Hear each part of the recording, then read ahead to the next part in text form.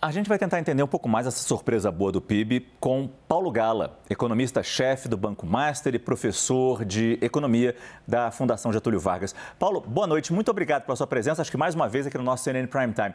Olhando para esse crescimento de 0,9%, à luz dessa fala do presidente Lula sobre os juros ainda elevados, a gente sabe que existe uma tendência é de uma queda nos juros nas próximas reuniões do Copom. De alguma forma, a gente pode ter novas e positivas surpresas neste 2023?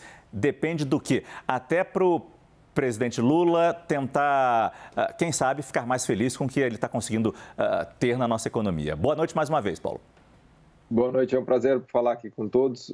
Eu acho que sim, podemos ter boas notícias quando o efeito da queda de juros aparecer. É importante dizer que tanto o resultado do primeiro trimestre quanto do segundo não tem ligação com o corte de juros que começou a ser feito. Foram duas surpresas, a primeira da agricultura, o agro, que foi muito forte no primeiro trimestre, e no dado divulgado hoje, a Thaís já comentou, mas eu destacaria, a indústria extrativa foi uma grande surpresa. E aí acho que o destaque fica com petróleo e gás, que tem uma produção exuberante, né? O Brasil já está entre os 10 maiores produtores de petróleo do planeta, depois da descoberta do pré-sal, e isso tem surpreendido para cima, tem inclusive enganado os economistas, né? A produção de minério também, minério de ferro, os minerais da transição energética, então há uma exuberância nessa parte extrativista do Brasil que tem colocado o PIB para cima, além de todos os setores terem desempenhado positivamente, né? Paulo, a Thaís Heredia exatamente vai fazer uma pergunta para você agora. Thaís, desculpa. Ei, Paulo, boa noite. Paulo, eu experimentei fazer uma provocação aqui para a gente entender o porquê do erro, né? Você traz a hipótese da força da indústria extrativa, que realmente é importante, mas do ponto de vista estrutural, hoje o debate entre vocês é exatamente qual o resultado que as reformas trouxeram, que essa percepção de segurança institucional mais forte trouxe para o Brasil e a possibilidade disso realmente se transformar numa capacidade de crescimento maior. A despeito da taxa de investimento ainda não está a contento. Queria um pouco a tua leitura sobre essa visão mais estrutural do crescimento do Brasil.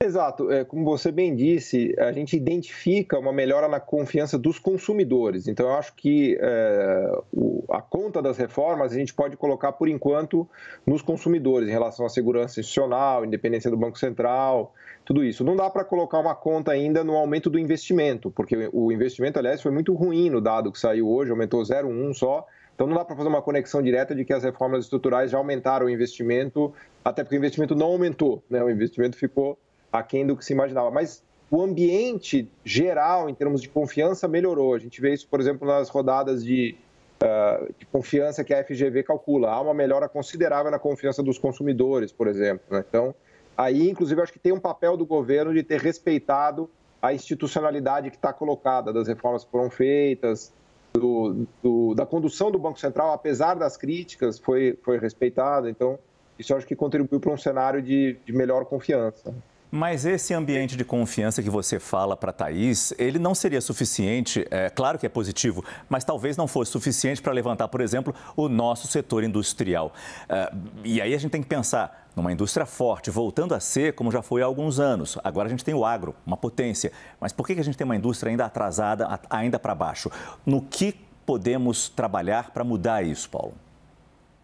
A Thaís já elencou bem ali, a reforma tributária é crucial para devolver a competitividade industrial brasileira. Existe uma sobrecarga de impostos gigante na indústria brasileira e o custo de capital é muito elevado também. O choque de juros que foi necessário para controlar a inflação acaba penalizando os setores de maneira desigual. A indústria, que depende muito de taxa de juros para capital de giros, para fazer capital de giro e investimento, ela sofreu demais com isso. Então, e a tendência é melhorar, né? Com a queda da Selic, isso deve melhorar, mas tanto a parte tributária quanto o custo de capital, os juros, penalizam muito a indústria brasileira. Paulo, vou te fazer uma última pergunta aqui, falando sobre o futuro um pouquinho. O segundo semestre, quer dizer, se o Brasil não crescer, ficar zerado até o final do ano, a gente vai crescer 3%, né? Tem o chamado carregamento estatístico. Mas o quanto disso a gente carrega a partir de 2023? Ontem o governo apresentou o orçamento com uma expectativa de crescimento muito maior do que os economistas. Os economistas estão apanhando dos fatos, né? Dos fatos apresentados pelos dados. Queria te ouvir um pouco sobre essa expectativa para o futuro.